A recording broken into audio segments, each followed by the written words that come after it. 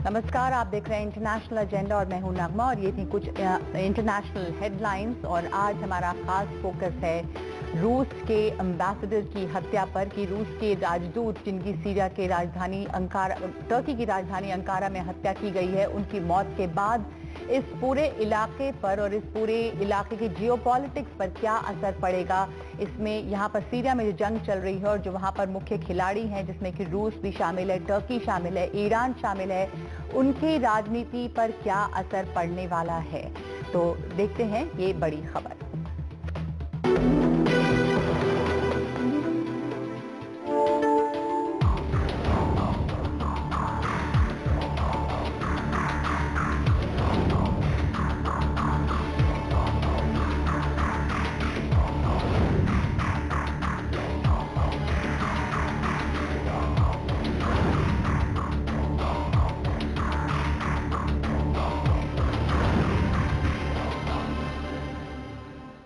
Turkey की राजधानी Ankara में रूसी राजदूत आंद्रेई कार्लोव की गोली मारकर हत्या कर दी गई। वो एक आर्ट गैलरी में गए थे कि एक पुलिस वाले ने उन्हें कई गोलियां मारी, वो फर्श पर गिर गए।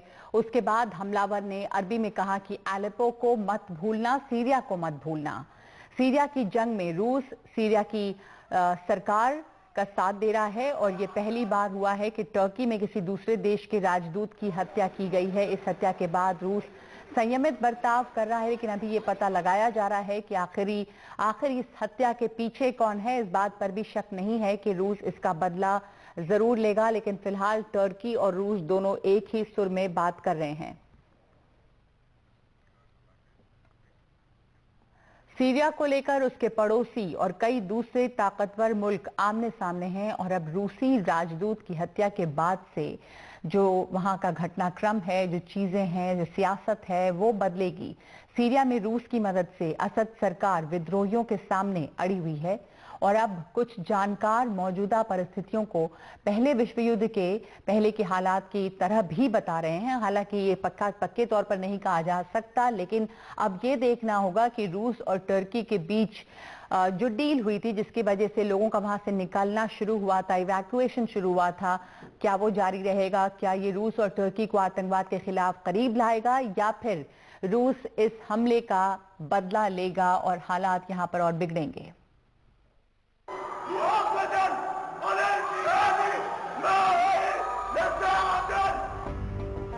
अंकारा में रूसी राजदूत का कत्ल करने वाला एक पुलिस वाला था और उसने गोली चलाने के बाद कहा कि एलेपो को मत भूलना, सीरिया को मत भूलना। ये घटना एक ऐसे देश की राजधानी में हुई जो सीरिया में लड़ रहे दो खेमों की लड़ाई के केंद्र में है। टर्की ने रूस के साथ मिलकर डील की, जिससे पूर्वी एलेपो में बसे लोगों को बाहर निकालने की शुरुआत हो पाई। आरोप लगे कि टर्की जंग के इलाके में फंसे अपने लोगों को बाहर निकालने का रास्ता देना चाहता है।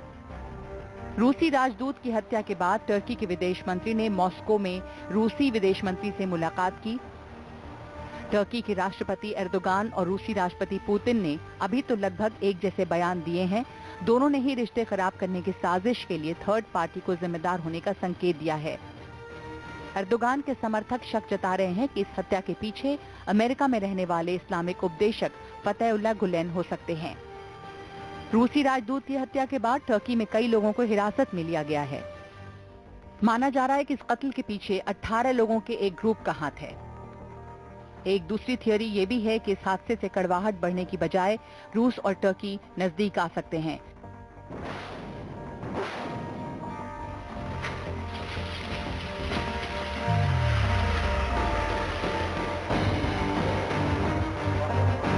सीरिया के सियासी खेल में टर्की नेटो का सदस्य होने के नाते अमेरिका के खेमे में है, जिसमें सऊदी अरब भी है जो असद के खिलाफ गुटों का साथ देता रहा। जबकि दूसरी तरफ असद सरकार, ईरान और रूस हैं। रूस समझता है कि टर्की को बहाना बनाकर नेटो लड़ाई का मौका तलाश रहा है। इससे पहले नवंबर 2015 में सीरिया की सीमा पर टर्की ने रूस का विमान मार गिराया था, जिससे दोनों देशों के संबंध खराब हुए थे। व्यापारिक रिश्तों पर असर पड़ा था, लेकिन बाद में एर्दोगान ने माफी मांग ली थी। इस हमले ने पश्चिम एशिया के संतुलन को जैसे फिलहाल बिखेर दिया है। अंकारा, मॉस्को और वॉशिंगटन सभी खबरदार हैं। सीरिया की लड़ाई में रूस और तुर्की आमने सामने हैं। रूसी राजदूत की हत्या की तुलना लोग 1914 में ऑस्ट्रिया के राजकुमार फ्रांस फर्डिनेंड की हत्या से कर रहे हैं, जिन्हें एक सर्बियाई गुट ने सारायेवो दौरे के बीच मार डाला था और उसके बाद पहला विश्व युद्ध शुरू हुआ था। इस पर चर्चा के लिए मेरे साथ जी पार्थसारथी मौजूद हैं, जो पूर्व राजदूत रहे हैं साइप्रस में भी, और साइप्रस एक ऐसा मुल्क है जो टर्की और सीरिया के नजदीक है। पार्था, अब जो ये दो मुल्क हैं, टर्की और रूस, ये दोनों एक दूसरे के आमने सामने हैं, और इस हत्या के बाद, रूसी राजदूत की हत्या के बाद, क्या आपको लगता है कि ये दोनों इस हादसे को भूलकर अपने जो उनका बड़ा जियोपॉलिटिकल इंटरेस्ट है इस इलाके में, उसके लिए ये इस हादसे को जाने देंगे और एक दूसरे के साथ रहेंगे? जैसा कि अब तक बयान आ रहा है पुतिन और एर्दोगान का, दोनों मिलकर बयान दे रहे हैं कि किसी थर्ड पार्टी की वजह से हुआ है ये, और हम इससे स्टेबिलिटी को नुकसान नहीं पहुंचने देंगे।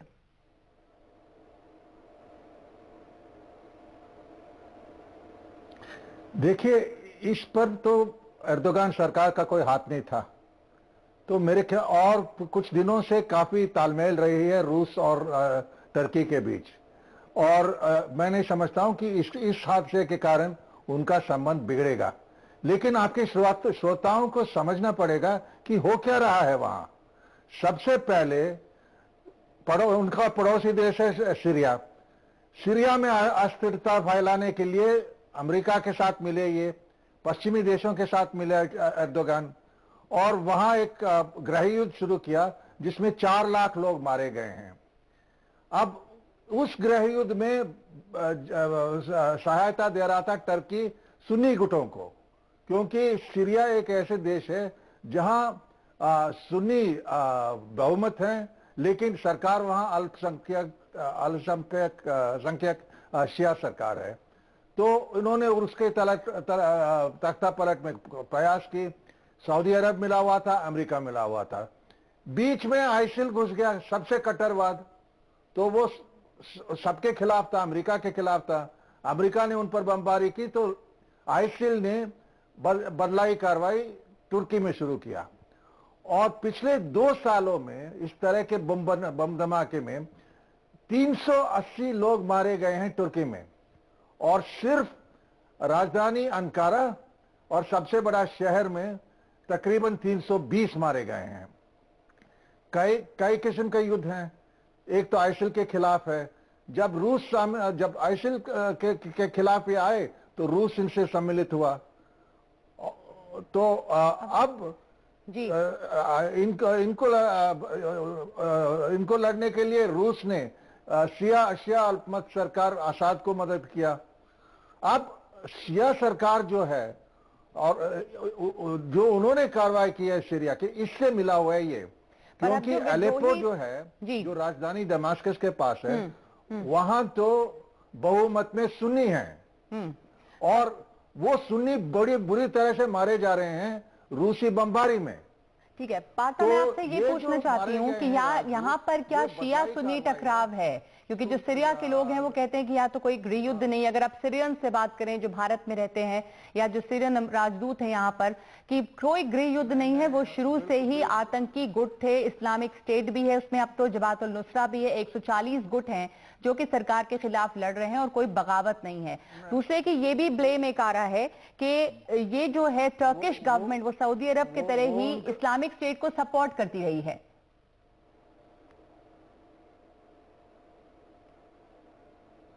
वो जो सही, एक बात जो सीरियाई राजदूत कह रहे हैं वो सही बात है कि असद के शिया अल्पमत सरकार को हटाने के लिए तुर्की, सऊदी अरेबिया और फिर अमेरिका सम्मिलित हुए, और कट्टरपंथी सुन्नी गुटों को उन्होंने मदद किया।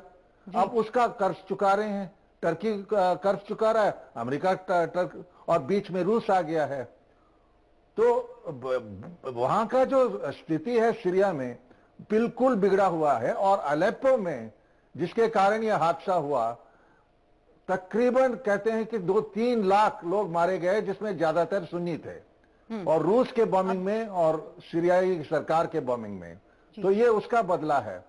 और दूसरी बात हमें यह समझना चाहिए कि इन्होंने एर्दोगान जो राष्ट्रपति हैं टर्की के, उन्होंने देश के अंदर स्थिति बिगाड़ दिया। एक सैनिक विद्रोह हुआ, 40,000 लोगों को उन्होंने गिरफ्तार किया। और अब ये सैनिक, एक पुलिस ये भी आ वाले, रही है तो सबका जी जो आत्मसम्मान है गिरा है। तो एर्दोगान को जो समर्थक है वो ये भी कह रहे हैं कि गुलेन, जिस पर इन्होंने फतेहुल्लाह गुलेन पर आरोप लगाया था उस विद्रोह का, के युद्ध में शामिल वो ही जिम्मेदार है इसके लिए भी। ये फतेहुल्लाह गुलेन का कराया हुआ है, ये जो रूसी एम्बेसडर की हत्या है। इस थ्योरी में आप कितनी सच्चाई देखते हैं? ये तो बिल्कुल सच्चाई नहीं है। गुलेन का एक स्कूल है मुंबई में, वो उसे हमें कहते हैं कि बंद करो। वो क्या कर रहा है? तो जो भी एर्दोगान कर रहा है उसकी गलतियों के कारण है। और जिस तरह के सेना और पुलिस अब बिल्कुल बेबस हैं, कुछ कर नहीं पा रहे हैं। नहीं तो उनकी सेना और उनकी पुलिस बहुत ही आधुनिक सामग्री के साथ बने हुए हैं। तो मैं समझता हूं कि ये उनकी गलती है। और इसके बीच जो अमेरिका ने शुरू किया, अब रूस सम्मिलित हुआ, ये इसमें एक बिल्कुल शिया सुन्नी जड़ है। क्योंकि जो रूस मदद कर रहा है उसका मदद कर रहे हैं ईरान, और जो शिया हैं लेबनान में हिजबुल्लाह, ये मिले हुए हैं सरकार को, शिया अल्पमत सरकार को मदद करने में। और ये लोग सब मिलकर इन्होंने अलेप्पो पर हमला किया जहां सुन्नी बहुमत है। तो ये कहना कि ये शिया सुन्नी का सवाल नहीं है, बहुत गलत है। क्योंकि यही कारण रहा है। लेकिन उससे महत्वपूर्ण चीज ये है कि जो हस्तक्षेप सऊदी अरब और टर्की ने किया है, ये अब उसका कर्ज चुका रहे हैं। और आपको ये लगता है कि अभी जो ये रूसी एम्बेसडर की हत्या हुई है, इसके बाद यहाँ पर ये जो चल रहा था कि एक तरह से 6 साल के बाद जंग खत्म हो रही है, हालांकि बड़ा ही हिंसक अंत था, इवैक्यूएशन लोगों का शुरू हुआ था, इन सब चीजों पर इसका क्या असर पड़ेगा? 2015 के नवंबर में शायद हमने देखा था कि एक रूसी प्लेन को टर्की ने मार गिराया था, और तब भी एक क्लाइम डाउन हुआ था दोनों मुल्कों के बीच में, कोई एक्शन नहीं हुआ था। अभी आपको क्या लगता है, क्या रूस कोई इसका बदला लेगा, या यहाँ पर ये जो यहाँ की पॉलिटिक्स है उस पर क्या असर डालेगा ये घटना? देखिए, रूस इस पर बदला नहीं लेगा। लेकिन लोग इस बात पर चिंतित हैं कि शायद रूस, टर्की वगैरह और मिलकर सीरिया का विभाजन ना हो। क्योंकि सुन्नी अल्पमत बहुमत जो है वो तुर्की और इराक के सीमाओं पर है। लेकिन जो सागरी इलाका है वो शिया मेजॉरिटी है। तो ये चलता रहेगा। और मुझे लगता है कि अब शांति प्रयास करेंगे। शायद उस शांति प्रयास में होगा क्या, कजाकिस्तान में मिलने वाले हैं ये शांति वार्ता के लिए, और शायद उसमें कुछ निकलेगा जिससे जो इलाके सरकार के नियंत्रण में है उनके साथ रहेगा। जो दूसरे इलाके हैं जहां कट्टरपंथ नहीं है, आइसिल नहीं है, अल नुसरा फ्रंट नहीं है, जो कट्टरवाद है, वो उनको टर्की समर्थन देगा। ठीक है जी।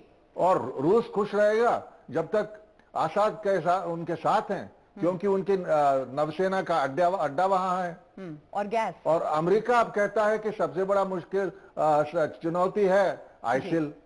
और अमेरिका और रूस ये दोनों मानते हैं कि आइसिल जो इस्लामिक स्टेट है, जो इराक में इतने हत्याएं किया है, वही दुनिया में सबसे बड़ा आजकल चुनौती है उनको सामना करना।